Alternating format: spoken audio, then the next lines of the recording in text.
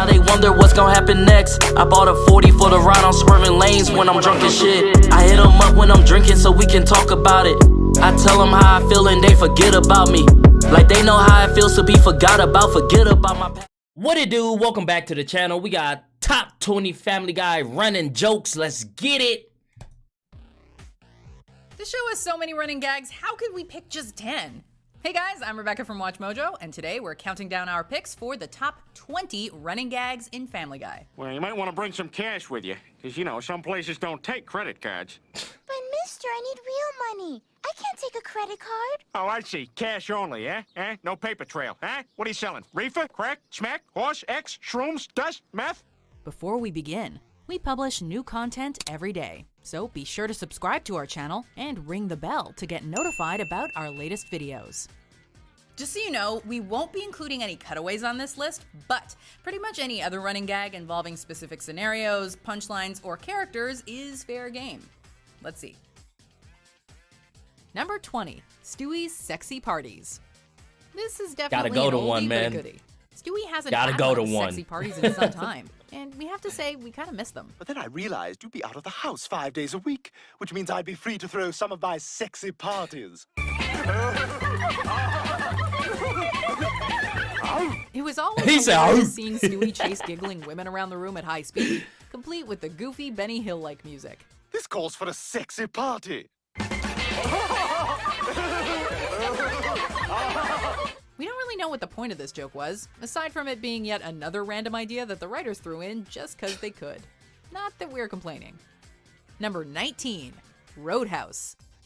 I think this is one of the definitely worst Peter's ones. Weirdest catchphrases. It all started in Ryan's got a Roadhouse. brand new bag when Peter bought the movie from Quahog Video. Sir, I need another $1.25. Is that right? Keep the change. Roadhouse.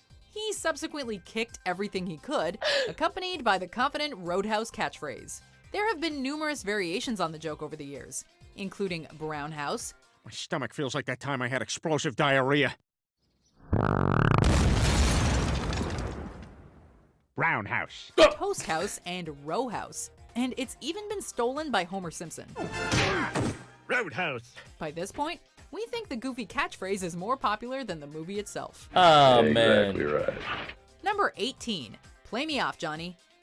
Are we the only ones who miss Vern and Johnny? For those who don't know, Vern would randomly appear, joke about the character's predicaments, and then be played off by Johnny. The joke did not make any sense whatsoever, but its sheer randomness was part of its charm. Unfortunately, viewers quickly became sick of the duo, and they were killed by Stewie in season 5. Although, even that didn't completely get rid of them. Damn, play me some filler, Johnny.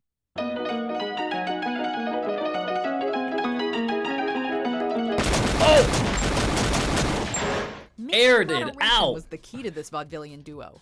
I'll tell you what you can pick, a tune out on that piano. Fatty's in a little jam, dead girl, Fatty's in a lit... Oh, now how the whiz-bang does the rest of it go? Number 17, Tom and Diane's banter. Quahog 5 News is one entertaining news channel. There's correspondent Trisha Takanawa, who's either unenthusiastically commenting on events or being totally wrecked by some freak occurrence. Diane, I'm hearing. Thank you, Trisha. Then there's Ollie Williams, perhaps the most succinct and hilarious weatherman ever. Ollie? It's gonna rain. Thanks, Ollie. But the heart of Quahog 5 News is Tom and Diane, who share a weird combination of sexual tension and bitter hatred towards one another, as evidenced by their frequent and hilarious bickering. Well, Diane, that last report was so good, I think you deserve a spanking. Oh, Tom, I don't think your wife would appreciate that. If only real newscasts were this much fun. Number 16, Al Harrington. Al Harrington has become a bit of a breakout character. His claim to fame is, of course, the wacky waving inflatable arm flailing tube man ad, but this being Family Guy, they can't just let one solid joke go. Crudely At painted, all. not so funny, plywood cut out folk art. Crudely painted, not so funny, plywood cut out folk art. His voice pisses me off so much. Like, all of it. The whole scene just always pisses me off because it gets stuck in my head and I'm all like, like, I'm like, bruh, I just want to chill. Al has since appeared numerous times on the show. in full energetic salesman mode, and usually accompanied by some weird, elaborately named product or statement. Lois, I'm not going back to work tomorrow. That new boss has it in for me. He's meaner than a shifty salesman. The writers even poke fun at how annoying he is in Back to the Pilot, when Peter smokes a cigarette during an Al Harrington cutaway gag. You sure you got time to smoke? Oh, yeah, it's an Al Harrington. It goes on for a while. Number 15, bullying Meg. Poor Meg. She really doesn't deserve the treatment she gets. At all. Help me. At all. But deserve it or not, Meg is often the brunt of many harsh jokes and violent actions. Her family, especially Peter, tends to ignore her, and even tells her to shut up when she's talking. Dad, how could you be okay with Mom parading herself around like this? I mean, she's half naked. It makes all women look bad. Meg, who let you back in the house? She's frequently bullied at school. Peter even once hit her with a baseball bat. And that's not the worst thing he's done. I can already picture my funeral. Thanks, didn't want to pay for the whole. She rarely, if ever, gets thrown a bone, and it's pretty conflicting. Can you laugh and feel kinda awful at the same time? Yeah. Apparently, yeah, you can. Number 14, butt scratcher. Everyone say it with us now. Butt scratcher. Butt scratcher! Butt scratcher! Get your butt scratcher here! The famous butt scratchers first appeared in No Chris Left Behind when Peter was selling them at a baseball game as a second job. Butt scratcher vendors have also appeared at the Lois Deirdre Jackson fight and at Peter and Karen's wrestling match. Butt scratcher! Butt scratcher! Butt scratcher! I know it's immature, but there's just something hilarious about grown men dramatically yelling butt scratcher at each other. Butt scratcher! Get your butt scratcher here! Plus, the whole concept of a butt scratcher is just ridiculous. Number 13, Peter's personal and very expensive vehicles. In the Cleveland Loretta Quagmire, Peter uses both his Peter Copter and the Hinder Peter to quickly reach his destination, only to crash both of them into Joe's property. Peter, what the hell? Joe, get inside! The blades are still spinning! Peter, what is that thing? Joe! Other vehicles have appeared over the years, including the Peterang and the Peter Dactyl, but neither was as hilarious as the original two. How he found, afforded, or built them is anyone's guess. Right. Regardless, Peter's ludicrous personal vehicles perfectly showcase Family Guy's unique and utterly unpredictable sense of humor. Joe, I am so sorry. How can you afford these things? Number 12, Brian's crappy books. Brian Oh, man. desperately wants to be a world-renowned novelist, but nobody shares his enthusiasm. Got a nice little story you're working on there, a big novel you've been working on for 3 years, yeah? His first book, Faster Than the Speed of Love, was an utter travesty. Stewie constantly badgered Brian about his lack of progress. Lois made fun of the title, and it sold literally 0 copies. Brian Griffin's Faster Than the Speed of Love has astonishingly not sold a single... What's up with that picture, man? That's where you went wrong at, first of all. What's up with that picture, big dog? Come on. You think very highly of yourself. We see it. This not you, man. This not you. Be yourself. Embrace yourself, man. Love yourself. Know yourself. Speed of Love has astonishingly not sold a single copy thanks to universal panning by literary critics. And while his self-help book sold well, it was a shameless cash grab that resulted in Brian being insulted and humiliated on Bill Maher. And that's another thing I have to say. Aren't Wish It and Want It really the same thing? I mean, your book basically makes 3 points and 2 of them the same point. Brian's writing career is like a car crash. We want to look away, but we just can't help ourselves. Number 11, Surfin' Bird. Like Al Harrington and the Vaudevillians, your mileage may vary on Surfin' Bird. Oh, well, everybody's Woo, boy, let me tell you. The reason why I stopped watching Family Guy for like a couple seasons was because of this damn song. My mom bought me a Family Guy DVD, man. Family Guy DVD, and I watched that DVD from front to back. And every other episode had some variation of this damn song, and Peter makes me want to off myself. Like, my ears bleed when I hear it. I can go my whole life without hearing this song again. My whole life. It appears constantly in the episode I Dream of Jesus, and makes surprise cameo appearances throughout the rest of the series. And each time, it'll either elicit an appreciable chuckle or a groan, depending on how well the joke went over for you the first 10 times. Oh, well, everybody's heard about the bird. The bird's a winner, well, a bird. That's annoying. Also, like Alan the Vaudevillian, the show acknowledges the annoying nature of the joke both when Peter unplugs the jukebox and gets hit in the crotch with a bag of nickels. Number 10, Giggity. Giggity. Quagmire's distinguishing characteristic is that he's a ladies' man, and a very creepy one at that, particularly in later seasons. Oh, giggity, giggity, giggity, goo. Who else but Quagmire? Sex is always on his mind, and it seems as if he tries to sleep with every woman he comes across. He's made countless inappropriate jokes and comments in his quest for pleasure, most of which are accompanied by some variation of his ridiculous catchphrase, giggity giggity goo. Giggity, giggity, giggity, giggity, ooh, ee, ooh, ah, ah, ting, tang, walla, walla, bing, bang. Ooh, ee, ooh, ah, ah, ting, tang, walla, walla, bing, bang. We don't know what the heck giggity giggity goo means, but then again, this is Quagmire we're talking about. He's a little weird. Number 9, Whip. I tell you what, when this is all over, I'll make you some pie with a nice dollop of Cool Whip. There it is again. Why are you putting so much emphasis on the H? It all started with Stewie asking Brian for some Cool Whip. Of course, this being Stewie, he decided to annoy Brian by putting emphasis on the H and pronouncing whip as whip. Ooh, let me have some of that Cool Whip. What'd you say? You can't have a pie without Cool Whip. Oh, man. Cool Whip? Cool Whip, yeah. You mean Cool Whip? Yeah, Cool Whip. Cool Whip. Cool Whip. Cool Whip. Cool Whip. This joke has been repeated numerous times throughout the series, and has even been used on other words like whilwheaten, ruined, and cruel. Wait, what? I said you ought to be nicer to Will Wheaton. You mean Will Wheaton? Yes, Will Wheaton. Why are you saying it like that? What? I'm just saying you should be nicer to Will Wheaton. Will Wheaton seems like a nice guy. It's since become one of Family Guy's most popular running jokes, both in and outside of the show.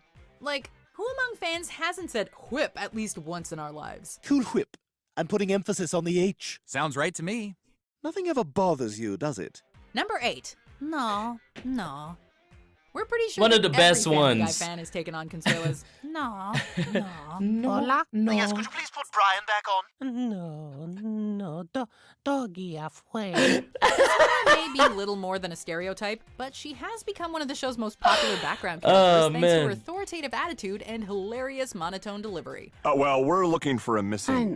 No, Mr. Superman, he knows here. Her no catchphrase has become one of the show's go-to running jokes, and it's been used in many diverse situations, from denying Joe access to the Fortress of Solitude to condemning Darth Stewie for buying generic window cleaner. This isn't Windex, but it's just as good. It's the store brand. No, it leave a film. I'm okay with the film. Just use it. No. Number 7, Cleveland's house is destroyed. Man. The Cleveland's house gets destroyed gag first appeared in Hell Comes to Quahog when Peter obliterates his house with a tank. No! It has subsequently been destroyed by a giraffe, the flying griffin house, and even Peter himself as a human cannonball. No! Oh, hey, Cleveland. The gag is so popular it was even transferred over to The Cleveland Show, and it's since become Cleveland's primary contribution to Family Guy. Doggone it! Yep. That's it! No more! I'm tired of being kicked around by this world! When someone thinks of Cleveland, they undoubtedly think of him sliding down his ruined house in a bathtub. Number 6, Stewie trying to kill Lois. One of the things we miss most about early Family Guy is Stewie's utter hatred towards Lois. What are you doing with a gun? Something I should have done a very long time ago. Stewie's need to kill Lois was his primary motivation in the pilot, and he was so determined that he even made a laser gun disguised as a tuna sandwich in a futile attempt to murder her. What the deuce are you staring at? It's tuna fish. And nothing else. This psychotic fascination with Lois has died down in recent years. He now seems more concerned with Brian, but it was a classic running joke of prime-era Family Guy that should never be forgotten. Brian, help me!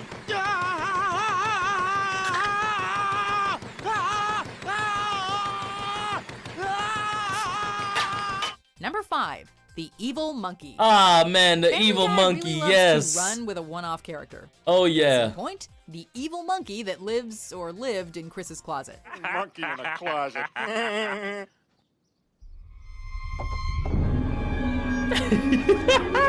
The monkey was first mentioned and seen in Season 2's Damn It, Janet, where it displayed its signature look and menacing pose. no! It appeared a few more times, mostly to Chris, before it was given an extensive and sympathetic backstory in Hannah Banana, which effectively killed the joke. Look, Chris, I'm sorry if I scared you before, but this is a great chance for us to start over. No, it isn't. You can fool everyone else, but you can't fool me. You go to hell. Still, it was good while it lasted, and is a classic example of Family Guy's penchant for absurd, random humor. Number 4. Conway Twitty. Oh, man. Conway Twitty has become the show's most infamous running gag, and it all started in Season 5's Bill and Peter's Bogus Journey. Ladies and gentlemen, Mr. Conway Twitty. We had no idea what was in store for us. The joke arguably came to a head in The Juice is Loose, when the Conway bit lasted for 3 whole minutes. Yikes, yeah, that looks was like horrible. I need a distraction. Ladies and gentlemen, Mr. Conway Twitty. That's about 15% of an entire episode's running time. Fans are split on whether the Conway gags are brilliant, ballsy jokes or lazy wastes of time, but either way, you can't deny its legacy. Number 3, the Kool-Aid Man. How's that not number 1? The Kool-Aid Man has to be number 1. Number 1 is between Kool-Aid Man for me and what's the old creepy pedophile dude? I forget his name, man, but that's one of those got to be number 1. If Kool-Aid Man ain't number 1, then the old creepy pervert Herbert, he got to be number 1. Like he got to be number 1, man. Come on. In the pilot, the Kool-Aid Man bursts through the courthouse wall with his signature, "Oh yeah," after Peter is sentenced to prison. Oh no. Oh, no. Oh no! Oh no. Oh yeah. This happens again in Stewie Goes Lois, I love much it. to the judge's I love it. displeasure. Oh no! Oh no! I love Oh it. no! Oh, yeah! The greatest. It's the greatest, Can I y'all. ask everyone to please stop saying man. "oh no" in this courtroom? Because the f***ing Kool-Aid guy's gonna keep showing up. But things get really fun in Back to the Oh Pilot. my goodness, when Stewie and bruh. Brian distract the Kool-Aid Man and he misses his cue. You guys did this! You guys did this! It's amazing how Family Guy can take a simple gag and do so much with it, like revisiting it and altering its outcome via time travel. You know, there are few animated shows with this much ingenuity. Oh, yeah! Number 2. Oh my goodness, I hate Family this Guy one knows how to too, make bro. characters fall in Hate the this funniest one, ways bro. possible. This one's so trash. Oh yeah, go! You probably recognize the Family Guy fall, which is when a character collapses with one arm behind their back. But the more famous method of falling involves a character, usually Peter, grasping their knee and wincing in pain for extended periods of time. Ah! Ah! This is arguably the original gag that went on way too long, but then looped back around to being funny again joke. And it's since become Family Guy's signature running gag. That is, except for one other.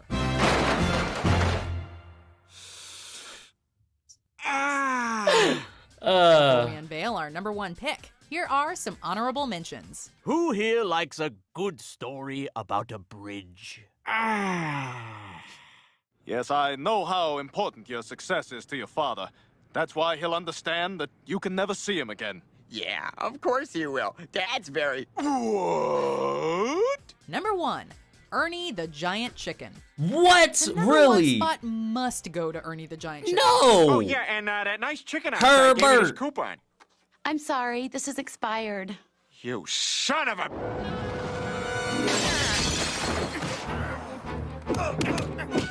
Unlike other Family Guy running gags, we don't think anyone is tired of the giant chicken fights. They are consistently hilarious and entertaining. And they're also expertly animated and scored, showcasing the immense amount of talent behind the Family Guy scenes. This isn't medium rare. Then have them take it back.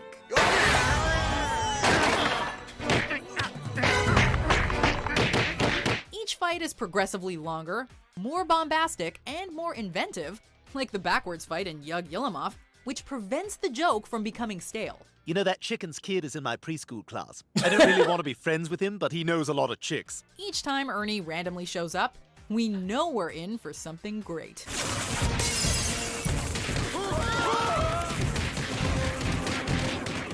Do you agree with our list? No, I don't agree with number one, man. Herbert should have been number one in my opinion. But if you guys like this video, go ahead and hit that thumbs up button for me. Thank you guys for commenting, sharing, and subscribing. And I'll see you guys next time. Peace.